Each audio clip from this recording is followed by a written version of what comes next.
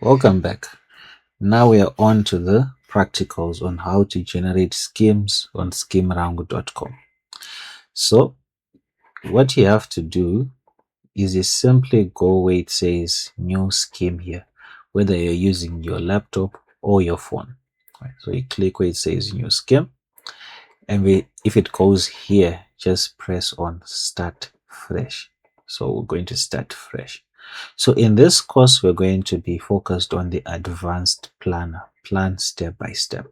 That's how we're going to create our schemes.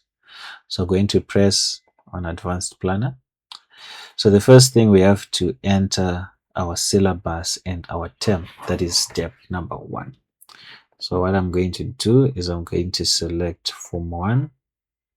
And I'm going to select Form 1 History. Then I am scheming for term 2, and the year is 2026 as of this recording. But if your year is something else, you either just increase here, but it's 2026. Then I press on continue.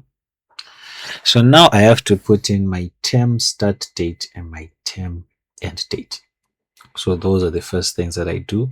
I simply click on that calendar icon, and then I put the beginning of the term, right? So let's say this term maybe started at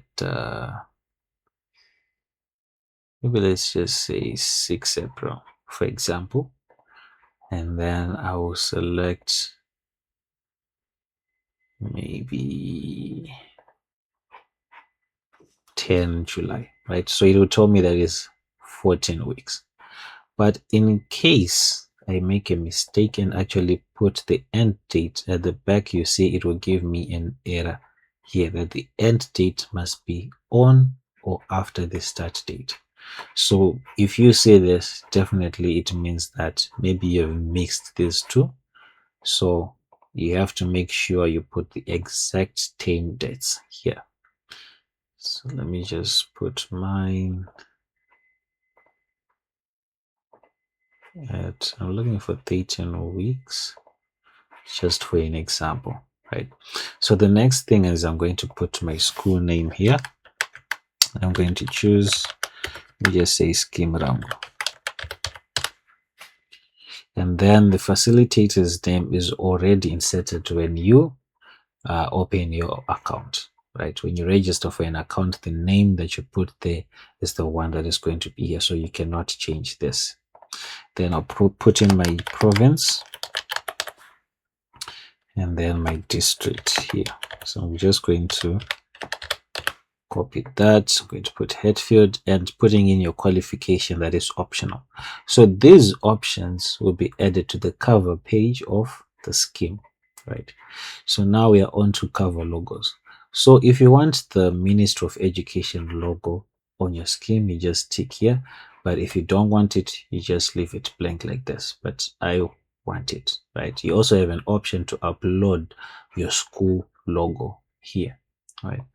So if I select that, I can just enter the school logo here.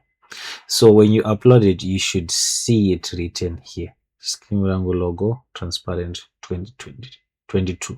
Right. So the next step is the document design. So what is the document design? Well, we have different kind of designs on Scheme Rangu. You'll see them more on the last video when we are now editing our scheme. But basically, we have the formal design. It will tell you briefly that it is a spacious official cover with the logo away colors. So just like Scheme Rangu logo here, you see it has some green and some blue here. So that scheme will follow the colors of that logo, right?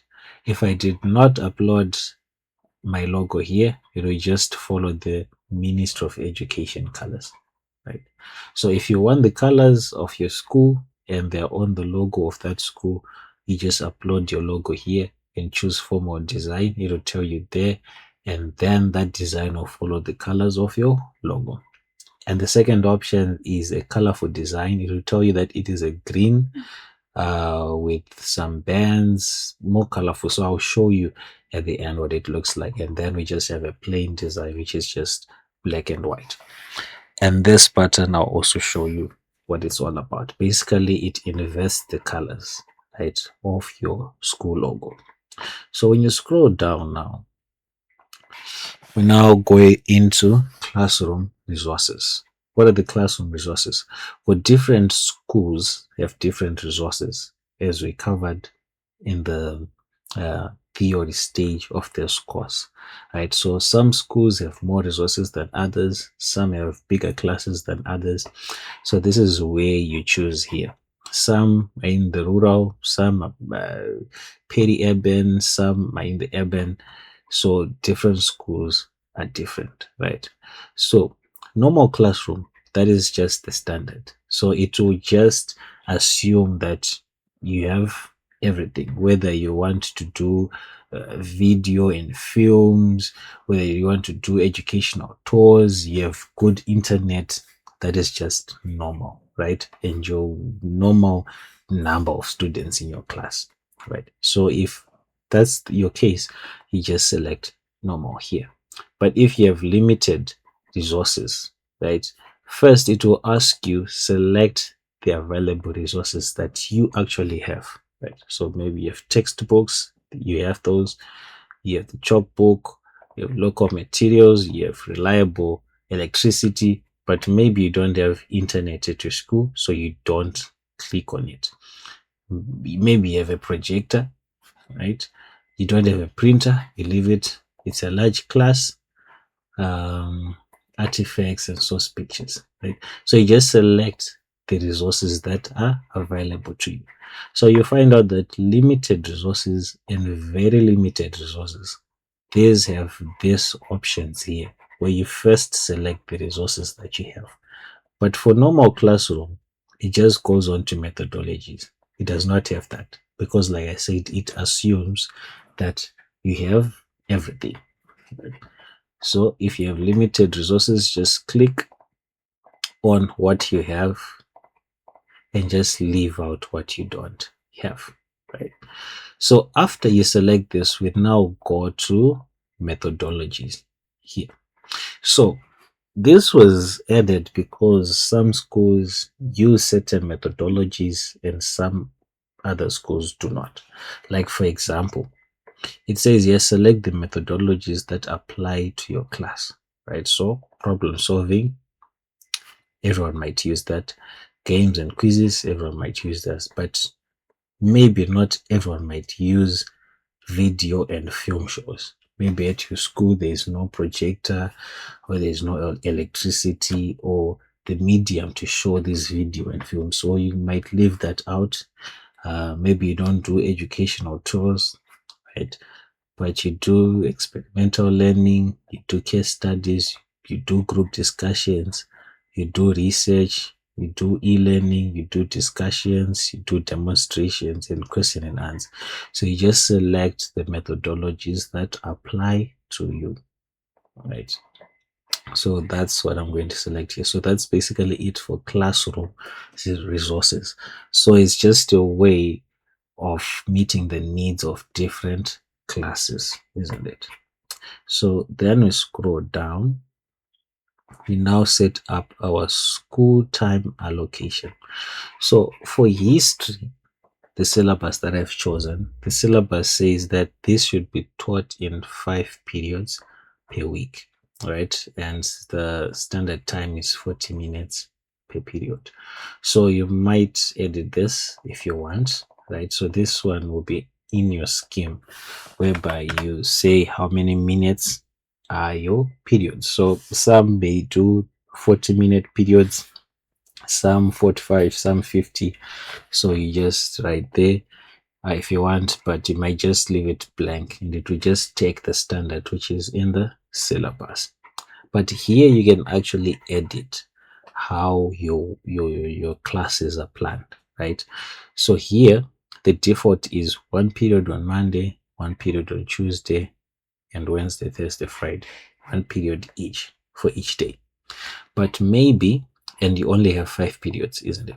So maybe at your school you do a double on Monday, but now it says 6, but we know we should have 5. right? So maybe we don't have a class on Tuesday, and maybe we have a double on Wednesday, and we don't have a class on Thursday, and then we have a single on Friday. So it now means that Monday is a double, Wednesday there's double, and Friday it's a single period. And you now have 3 teaching days per week, and like that, 5 periods. So you can edit this part however you want, right? So in recap of what we do in this step, we're just pretty much setting up uh, our scheme. We put our term start and end date. Make sure you put the correct dates there. You're going to put in your school name, your district is there, and then your qualification is optional. And then you have an option to include the Ministry of Education logo there, or uncheck it if you don't want. And we have different kind of designs, the formal, colorful, and plain design. We'll review how they look after on the last part when we edit our scheme.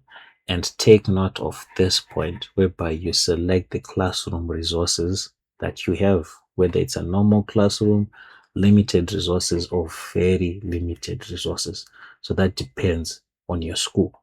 And then you can also edit how your classes are planned over the week, whether you have double periods or single periods, right here. So in the next video, we're now going into choosing topics, right? So see you in the next video.